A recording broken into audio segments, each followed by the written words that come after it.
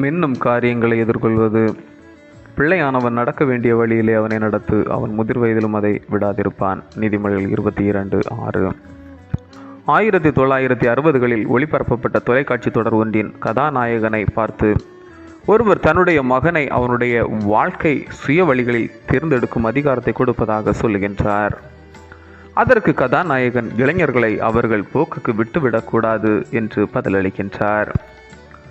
அவர்கள் தங்கள் கண்களுக்கு முன்பாக மின்னக்கூடிய முதல் காரியத்தையே தேர்ந்தெடுப்பார்கள். ஆனால் அதில் பிரச்சனை இருக்கிறது என்பதை அவர்கள் புரிந்து கொள்ளும் தருவாயில் காலம் கடந்துவிடும்.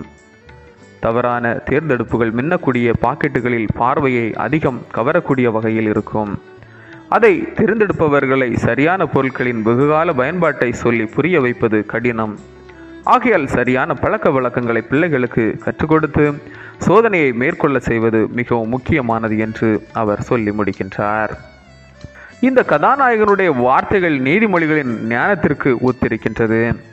பிள்ளையானவன் நடக்க வேண்டிய வழியிலே அவனை நடத்து, அவன் முதிர் வயதிலும் அதை விடாதிருப்பான்.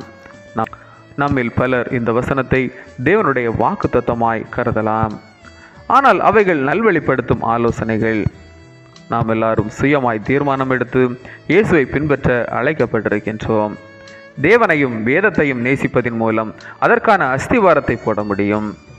நம்முடைய பாதுகாப்பில் இருக்கும் சிறு பிள்ளைகள் நாளை வளரும்போது இயேசுவை தன்னுடைய வாழ்க்கையில் ஏற்றுக்கொண்டு மாறுபாடுள்ளவனுடைய வழியிலே நடவாமல் அவருடைய வழியிலே நடப்பர்.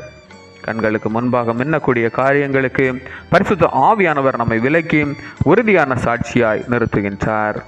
கிறிஸ்துவின் ஆவி நம்முடைய சோதனைகளை மேற்கொள்ள செய்து மற்றவர்களுக்கு முன்மாதிரியான ஜீவியமாய் நம்முடைய ஜீவியத்தை மாற்றுகின்றது. ஜெபம். அன்பான தகப்பனே, எங்களுடைய வாழ்க்கையில் நீர் தந்துள்ள பிள்ளைகளுடைய இருதயத்தில் உம்முடைய ஞானத்தை விதைக்க எங்களுக்கு உதவி செய்யும். ஆமீன். இந்த நாள் உங்களுக்கு இனிய நாளாக மலரட்டும்.